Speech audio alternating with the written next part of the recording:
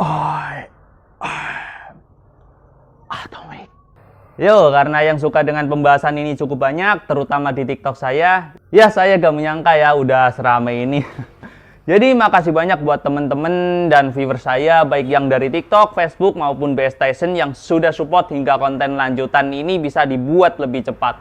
Sekali lagi thankful ya guys. Itu bener-bener sangat memberi semangat buat aku ya. Ya udah, gak usah berlama-lama, langsung kita bahas lanjutan anime season 2 Kage no Jitsuryoku part 2-nya. BTW buat yang belum nonton part sebelumnya, gue saranin buat nonton dulu agar memahami alur ceritanya, oke? Langsung aja kita masuk ke dalam konten. Chit menghabiskan malam indahnya bersama dengan Beta. Walaupun mereka berdua cuma minum dan memandangi bulan yang indah, setelah mendengar kota tanpa hukum, Chit sangat tertarik untuk datang ke sana dan memburu para bandit untuk mendapatkan uang yang banyak.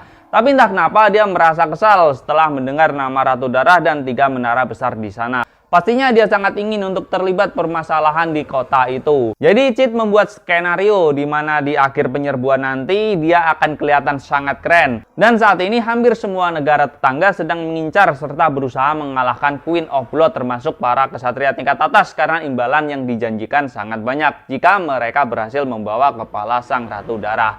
Sekarang kita menuju ke sana ya guys. Di sini terlihat Goldie dan Quinton yang sudah sampai di kota tanpa hukum. Mereka berdua juga sedang mengincar kepala Ratu Darah, walaupun mereka tidak tahu bahaya seperti apa yang akan mereka hadapi.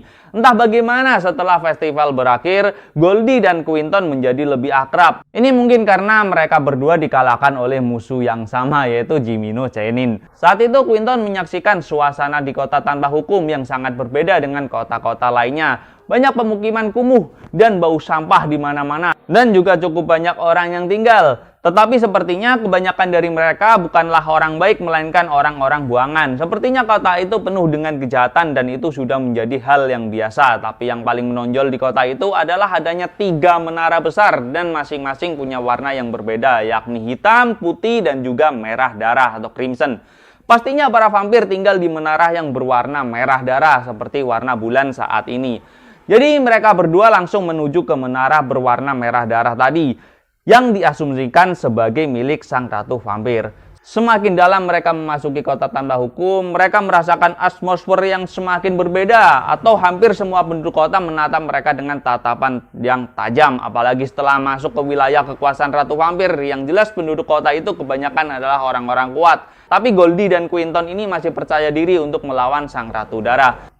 Saat ini mereka sudah sampai di depan pintu masuk menara Crimson dan ternyata ukurannya sangat besar. Namun saat mereka berdua hendak untuk memasukinya, tiba-tiba ada orang yang memperingatkan mereka kalau yang boleh masuk ke menara itu hanyalah para pelayan, tamu yang diundang, ataupun orang yang kuat saja. Tetapi baginya, Goldie dan Quinton ini tidak memenuhi syarat atau baginya mereka tidak cukup kuat. Orang yang mengatakan itu adalah pria dengan jubah kumuh berawakan kurus, tapi pria itulah sang penjaga gerbang.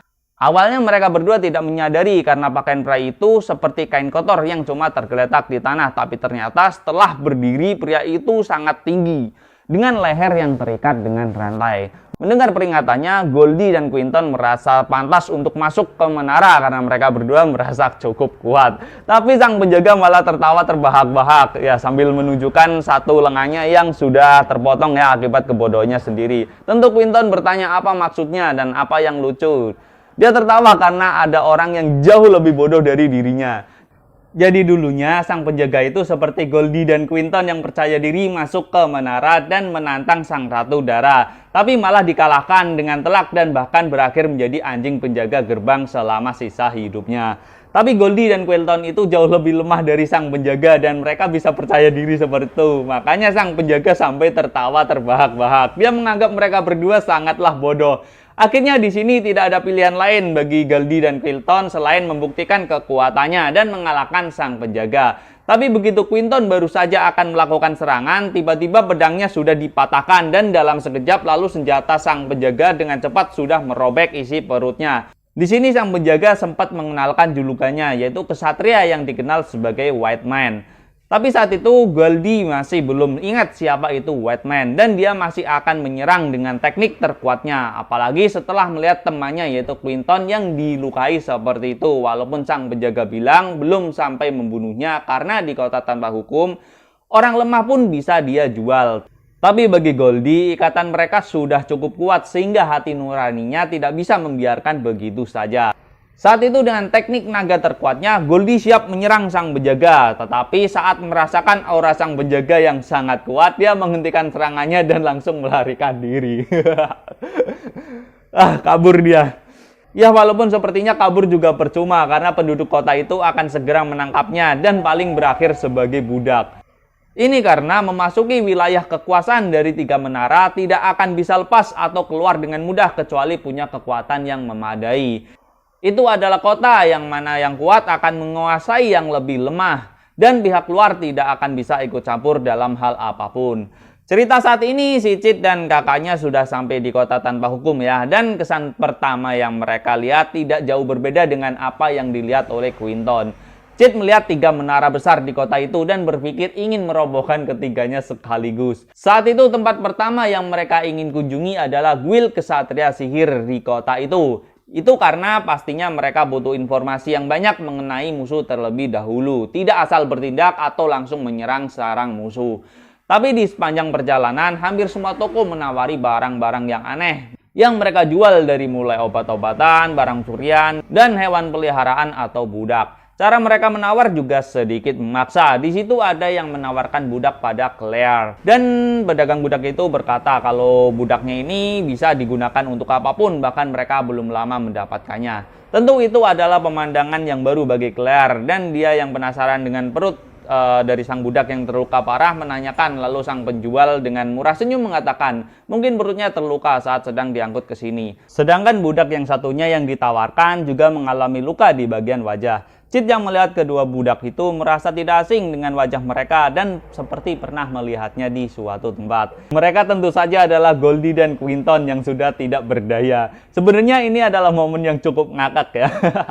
Claire akhirnya menyeret adiknya dan berjalan menuju guild kesatria sihir.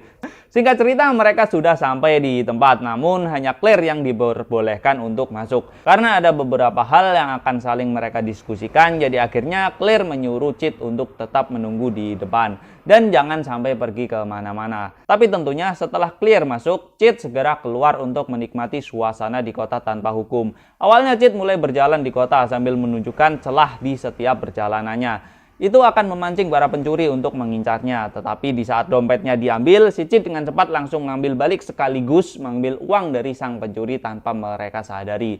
Dengan begitu ia mendapatkan uang yang banyak hasil curian dari orang-orang jahat. Dia cuma butuh alasan, jika kau mencuri uangku maka aku akan mencuri balik. Tapi padahal dia sendiri memang sengaja memancing mereka agar bisa mendapatkan uang yang banyak hanya dengan berjalan-jalan. Bagi Cid, kota seperti ini sangatlah menyenangkan. Tapi tak lama kemudian dia melihat 3 orang yang sedang melampiaskan amarahnya kepada Gold. Makhluk itu dipukuli sampai berdarah-darah. Karena mereka tahu kalau Gold tidak akan mati semudah itu dan bisa digunakan untuk pelampiasan orang-orang keji seperti mereka. Sepertinya makhluk Gold memang sudah biasa di kota tanpa hukum, walaupun tetap saja mereka sangat berbahaya, apalagi di malam bulan merah legendaris seperti saat ini. Setelah melihat situasi bagaimana kota tanpa hukum berjalan, Cid menemukan peran yang menurut dirinya itu cocok, yaitu menjadi pemuda misterius. Dengan sekejap dia langsung merubah ekspresinya dan berpose seperti halnya pemuda misterius yang dia bayangkan. Sambil melihat 3 pria yang sedang melampiaskan kemarahannya kepada makhluk Gold yang malang itu. Jadi posenya dekat dengan tembok gitu ya guys, dia bersandar dan bagi dia itu sudah sangat misterius banget. Setelah cukup lama memukuli Gold, ketiga pria itu merasa bosan sendiri dan akhirnya meninggalkannya dengan luka yang parah. Tapi ternyata Gold itu seperti dibangkitkan kembali dengan tubuh yang berwarna merah. Dia dengan ganas menyerang ketiga pria tadi dan tentunya mereka tidak sanggup untuk melawan balik. Satu persatu mereka dibunuh dan dimakan olehnya dan itu sampai menimbulkan kepanikan di tengah kota. Di tengah kepanikan itu Cid masih konsisten dengan pose misteriusnya sambil sesekali mengeluarkan tawanya. Bahkan di saat Gold melihatnya dan berniat untuk menyerang Cid, dia masih berpikir apakah tetap menjadi pemuda misterius atau mending kabur dan menjadi karakter NPC seperti biasa. Namun sebelum Gold itu menyerang, seorang pendekar pedang wanita dengan cepat membelah tubuh Gold. Bagi Cid, wanita itu cukup keren, apalagi setelah membantai Gold, wanita itu menyuruh Cid untuk pergi menjauh karena sebentar lagi pembantaian akan segera terjadi. Cid yang terpukau menanyakan nama wanita itu. Dia menjawab, aku aku adalah Mary, pemburu vampir tertua yang akan memburu sang Ratu Darah. Setelah itu dia langsung pergi dari tempat itu. Sedangkan Cid yang mendengar kata-kata Mary merasa bergetar dan menemukan ide yang lebih menarik. Dia pun langsung berubah wujudnya menjadi Shadow. Malam itu di kota tanpa hukum adalah jam-jam yang paling sensual di kota itu. Banyak rumah-rumah bordil dan terlihat banyak onisan yang cantik berjalan dengan menggunakan busana yang seksi. Mereka terlihat menggoda para pria yang melewati tempat itu. Namun tiba-tiba muncul satu gol merah yang langsung menimbulkan kepanikan dan otomatis semua wanita cantik tadi berusaha untuk menyelamatkan diri. Di saat itulah si Cid datang. Dia sudah berubah dalam dalam wujud shadow-nya ya. Tiba-tiba muncul dan tanpa basa-basi dia langsung membelah gol menjadi dua. Wanita cantik yang tadi hampir diserangnya tentunya sangat lega dan menatap shadow yang baru saja menyelamatkannya. Lalu sambil melihat bulan, Cid berkata, "Jika kau tidak ingin mati, segeralah pergi dari tempat ini, karena pembantaian akan segera terjadi," kata si Cid. Saat itu Marie, wanita malam yang diselamatkannya, bertanya, Kau siapa?" Lalu Cid menjawab, "Aku adalah Shadow yang berburu dalam bayang-bayang dan bersembunyi di dalam bayangan." Setelah mengatakan itu, Shadow langsung menghilang. Tak lama kemudian, satu teman Mary datang menghampirinya, tapi Mary bilang kalau dia baik-baik saja karena Shadow telah menyelamatkannya. Teman Mary ternyata cukup mengetahui rumor tentang Shadow. Temannya menceritakan kalau Shadow ini cukup terkenal dan dia adalah pemimpin dari suatu organisasi. Tapi rumornya dia pernah menyerang suatu akademi dan bahkan melenyapkan tempat suci. Intinya mereka adalah organisasi yang bertindak sesuai dengan keinginan mereka sendiri. Dan mungkin saat ini dia sudah bersekutu dengan Ratu Darah untuk memulai perang besar. Begitulah yang teman Mary katakan. Tapi Mary tidak sependapat, karena bagi dia Shadow adalah pria yang sudah menyelamatkan dirinya. Pokoknya apapun yang orang bilang, Mary merasa Shadow sudah berusaha melindungi semua orang. Dan faktanya Shadow sudah membersihkan seluruh gol di kota itu. Oke, kita pindah scan ya. Di Claire dia sudah selesai dengan urusannya. Dia keluar namun tidak menemukan adiknya dimanapun. Tentu dia sangat panik dan menanyakan ke semua orang. Bahkan di saat ada yang bercanda mengatakan, "Oh, mungkin adikmu ini sudah dijual sebagai budak." Nah, Claire ini langsung mengejar orang itu dengan brutal. Claire terus mencari, ia bertanya-tanya pada semua orang yang dia temui dan menjelaskan ciri-ciri adiknya. Tentunya tidak semua orang yang dia tanya ramah dan terkadang ada juga yang tiba-tiba menyerangnya. Tapi Claire bisa dengan mudah mengatasi mereka sampai akhirnya dia menemukan gol yang sedang memakan bocah dengan rambut hitam. Dan itu sangat mirip dengan Cid dari potongan rambutnya karena wajahnya dan tubuhnya ini sudah hancur. Claire yang diliputi amarah langsung membantai gol itu, lalu menangis dan menyesali semua perbuatannya yang gagal untuk melindungi adik kesayangannya. Sebenarnya di sini Claire ini masih belum sepenuhnya yakin ya apakah itu memang adiknya, tapi karena panik dan khawatir dia jadi terbawa oleh suasana. Tak lama kemudian tiba-tiba seorang wanita menghampirinya. Dia bertanya, "Apakah kau yang sedang mencari anak dengan rambut hitam?" Sontak Claire langsung mengiyakan dan bertanya balik, "Apakah kau melihatnya di suatu tempat?" Wanita itu adalah Mary. Dan mereka berdua saling mengenalkan satu sama lain. Mary menjelaskan dirinya sempat melihat dua orang dengan ciri-ciri yang mirip. Pertama adalah saat Mary ngebantai gol sebelumnya, ia bertemu dengan pria rambut hitam dengan senyum aneh. Lantas Claire langsung menyangkal bahwa adiknya tidak seperti itu. Ya padahal memang orang aneh ini adalah adiknya. Sedangkan yang satunya lagi, Mary bilang akan dijadikan pengorbanan untuk kebangkitan sang Ratu Darah. Dan mungkin dia sudah dibawa ke Menara Crimson. Claire merasa bahwa mungkin dia adalah Cid. Dia masih belum memahami apa yang Mary maksud dan kenapa Cid dibawa ke menara. Tadinya Mary juga bilang berniat untuk menolongnya, tetapi tidak sempat. Namun pastinya si Cid ini masih hidup dan akan dijadikan korban di saat bulan merah tiba. Di sini Claire meminta Mary untuk menjelaskannya secara detail. Bahkan Claire akan melakukan apapun asalkan bisa menyelamatkan adiknya. Awalnya Mary lumayan ragu, tapi setelah mengamati Claire yang menurut penilaiannya adalah kesatria yang cukup potensial, Mary akhirnya setuju dan menjelaskannya. Apalagi mereka berdua secara tidak langsung punya tujuan yang sama. Target Mary adalah sang Ratu Darah yakni Elizabeth, sedangkan Claire ingin menyelamatkan adiknya yang akan digunakan untuk membangkitkan Elizabeth. Mereka berdua akhirnya setuju untuk bekerja sama dan Claire berjanji akan membantu Mary demi adiknya. Lalu Mary mengajak Claire ke sebuah tempat yang sebenarnya lumayan sempit ya, tapi mungkin itu adalah tempat persembunyiannya. Di sini Mary menjelaskan banyak hal mengenai sejarah vampir bulan merah dan kebangkitan si Elizabeth. Jadi jauh di masa lalu atau tepatnya 1000 tahun yang lalu, ras vampir menguasai dunia dan itu adalah puncak kejayaan mereka. Sedangkan Elizabeth dikenal sebagai ratu vampir. Tapi kejayaan mereka tidak berlangsung lama setelah manusia mengetahui 3 kelemahan vampir. Yang pertama, vampir bisa dibunuh dan tidak dapat beregenerasi kembali jika ditusuk jantungnya. Kedua, mereka akan menjadi sangat lemah jika tidak meminum darah manusia untuk waktu yang lama. Dan ketiga, vampir akan langsung menjadi abu jika terkena oleh sinar matahari. Bahkan untuk vampir yang sangat kuat sekalipun itu akan menjadi sangat lemah. Dan disitulah manusia bangkit dan gantian menyerang para vampir tadi. Ya, gantian memburu ya. Dimulai dengan menciptakan perangkap tipuan dan segala cara akan manusia gunakan untuk memusnahkan mereka sampai jumlah ras vampir menjadi sangat sedikit. Namun di masa itu terjadi fenomena yang sangat mengerikan, yaitu munculnya sebuah negeri, dan itu terjadi pada saat malam bulan merah. Tidak banyak sejarah yang bisa mencatatnya dengan baik.